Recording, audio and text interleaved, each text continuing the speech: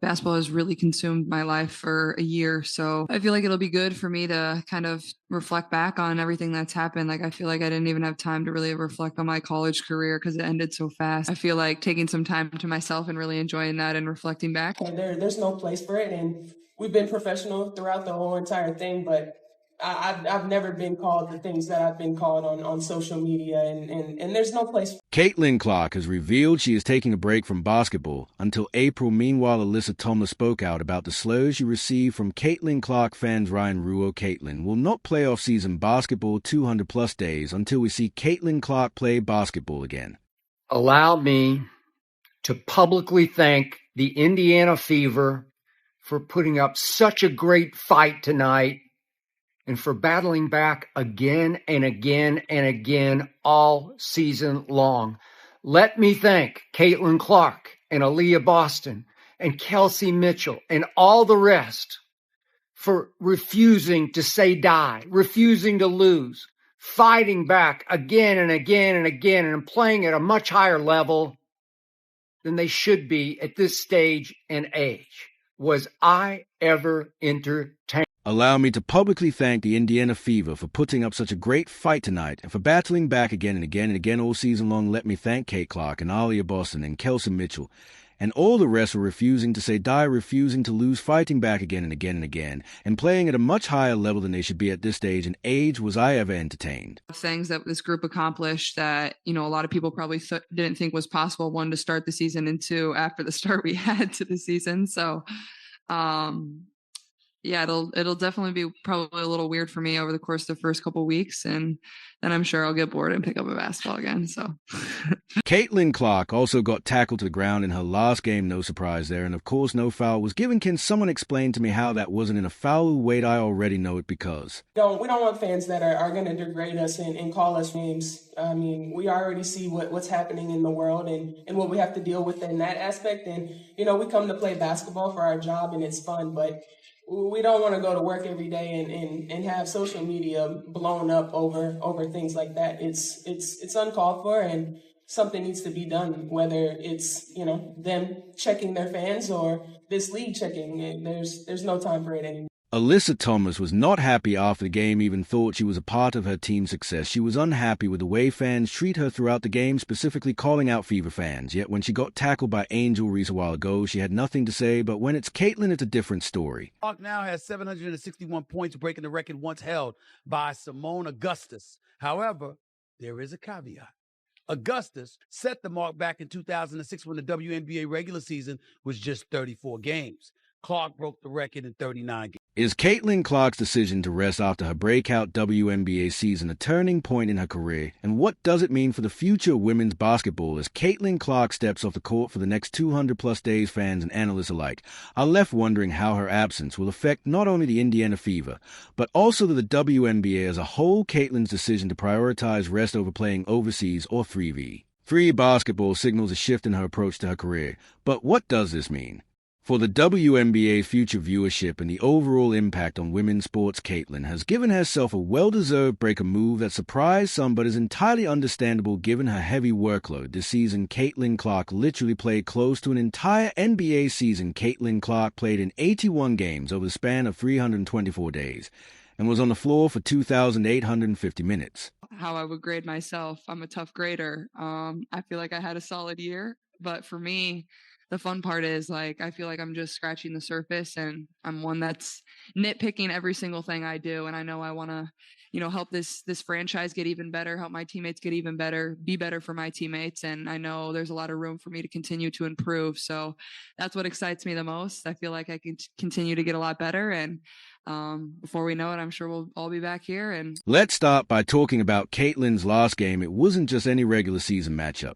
This was a playoff game, a moment where everything was on the line and the pressure was at its highest, facing off against a strong Connecticut Sun team. The odds were stacked against the Fever. However, Caitlin showed up in typical fashion, delivering a performance that proved why she has become such a talked-about player. In that game, Caitlin put up an impressive 25 points and dished out 9 assists, but 4 Those who watched closely, it was clear that she could have had even more assist time, and time again she set up her teammates with perfect passes only to watch as they missed easy layups. This wasn't just a case of bad luck. Caitlin's playmaking ability was on full display. She was creating opportunities, finding her teammates in the right spots, and making the game easier for everyone around her. Unfortunately, the shots just weren't falling. We got a lot of players, a lot of these wonderful ladies who bust their tail to make the WNBA what it was. Here's the reality. It wasn't what it is. The quality of basketball may have been up to snuff, and you had somebody as popular as Cheryl Swoops who had her own signature shoe, had to deal with Nike and all of this other stuff. But the bottom line is, very few people gave a damn. The pressure in that game wasn't just on Caitlin's shoulders. The Fever, a team that had struggled throughout parts of the season, was up against a well-rounded and playoff experienced Connecticut Sun squad. However, Caitlin wasn't one to back down from a challenge from the opening tip. She attacked the basket, took her shots with confidence, and made sure that she gave her team the best chance to win. Well, that was a lot of fun watching Caitlin Clark's rookie season, which is now over. The Indiana Fever knocked out of the postseason by the Connecticut Sun in a 2-game sweep. And so we got to see the carryover from Iowa transition to the pro game, her ability to help develop a team's cohesion and chemistry. And we saw that work so well as the season went on. Clearly brought like a magnet, phenomenal attention to the league, bringing new fans, a committed fan base, not just in her home arena, but bringing fans to away arenas and packing the houses and increasing different venues from smaller to larger because of their presence. It's been fun. Caitlin's last game might have ended in disappointment, but her season as a whole was nothing short of phenomenal. This was a year that Caitlin Clark solidified her place as one of the most exciting and talented players in the WNBA. From her scoring prowess to her ability to create for others, Caitlin was the heart and soul of the Indiana Fever. It's important to understand just how impressive of Caitlin's season was, especially considering the high level of competition in the WNBA every team in the league knew that Caitlin was a player to stop. Defenses were designed to slow her down, and opposing coaches constantly made adjustments to limit her impact, yet Caitlin consistently found ways to perform at an elite level night in and night out. I think it's really just the fans, her fans, the Iowa fans, now the Indiana fans that are like, they ride for her. And I respect that respectfully, but sometimes it's very disrespectful. I think there's a lot of racism when it comes to it, and I don't believe she stands on any of that. Caitlin's ability to score from deep range is perhaps one of her most notable attributes. She has an uncanny ability to hit three-pointers from well beyond the arc, and she does so with incredible efficiency.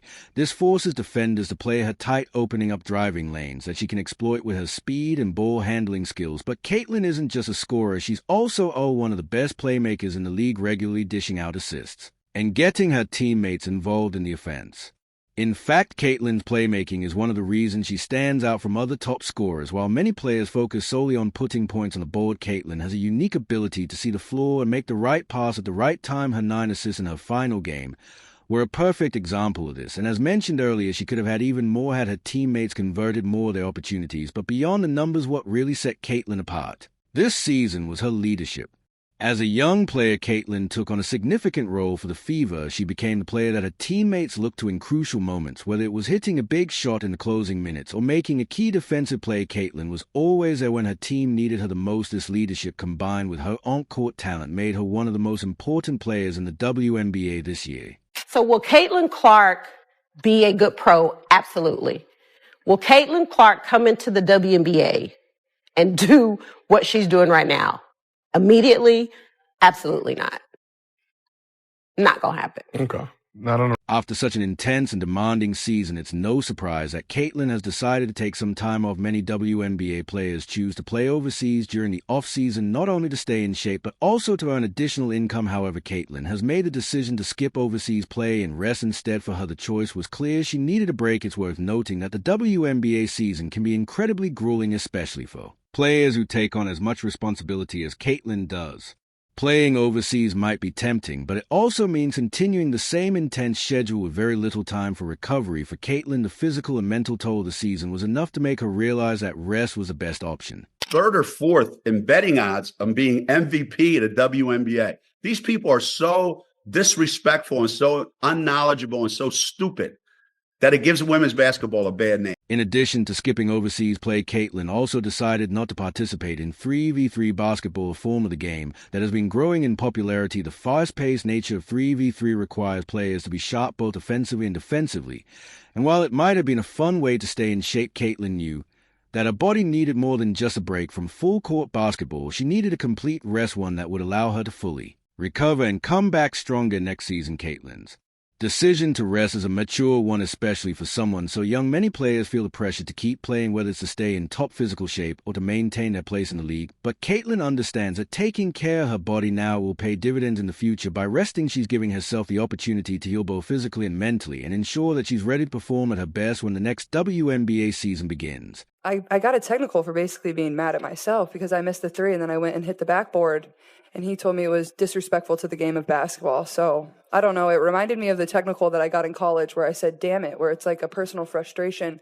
Had nothing to do with my team, had nothing to do with their reffing, had nothing to do with other team. It was just because I'm a competitor and I felt like I should have been making more shots. So, but I think he fired me up to continue to play a lot harder. I thought we got a lot better after he did that. So I want to thank him for that. Throughout the season, one of the recurring frustrations for Caitlin Clark was a lack of calls she received from the referees, whether it was driving to the basket and absorbing contact or getting bumped on the perimeter. Caitlin consistently found herself on the wrong end of no calls. This was particularly frustrating because as one of the league's top players, Caitlin expected to be treated with the same level of respect as her peers. Many people are watching women's basketball right now. It all started from the national championship game, and I've been dealing with this for 2 years now.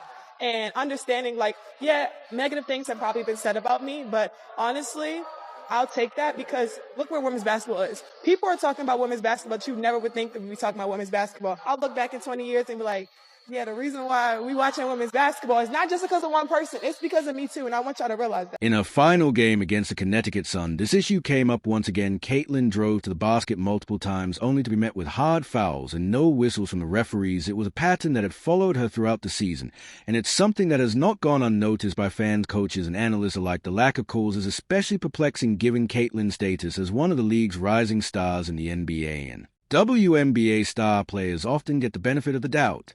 When it comes to officiating, players like LeBron James or A.A. Wilson are used to getting favorable calls, especially when they attack the basket with aggression. Yet for Caitlin, the whistle seemed to stay silent even in situations where the contact was obvious. This discrepancy in officiating is something that has raised questions about consistency in the WNBA. In addition to the challenges Caitlin faced on the court, she also had to deal with a difficult situation off the court during her final game. A fan in the stands began heckling Caitlin, throwing shade her way and trying to get under her skin. For most of the game, Caitlin remained focused, ignoring the fans' comments and keeping her attention on the game.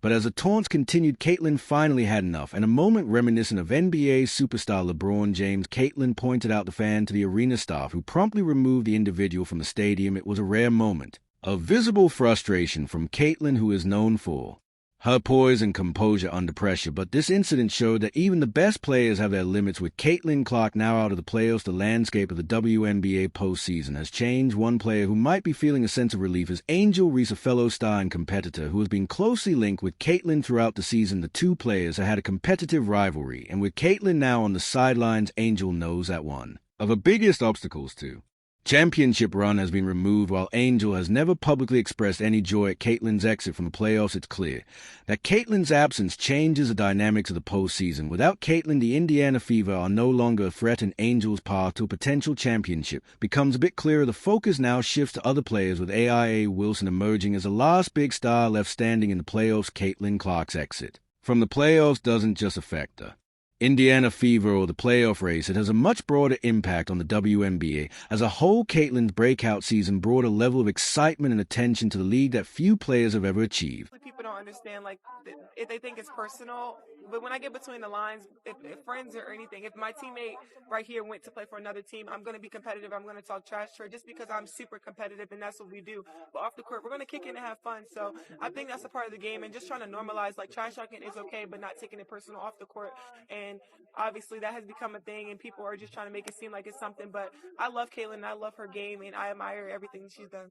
Fans tuned in specifically to watch Caitlin play, and her highlight reel performances became must-see TV now, with Caitlin on the sidelines of WNBA is facing a significant challenge how to maintain viewership and interest without one of its biggest attractions. It's no secret that the WNBA has been working hard to grow its fan base in recent years. The league has made significant strides in terms of marketing, broadcasting, and accessibility, but players like Caitlin are essential to keeping that momentum going. Without her on the court, the WNBA loses one of its most marketable and exciting players, and that could result in a noticeable dip in viewership and attendance. People are watching women's basketball right now.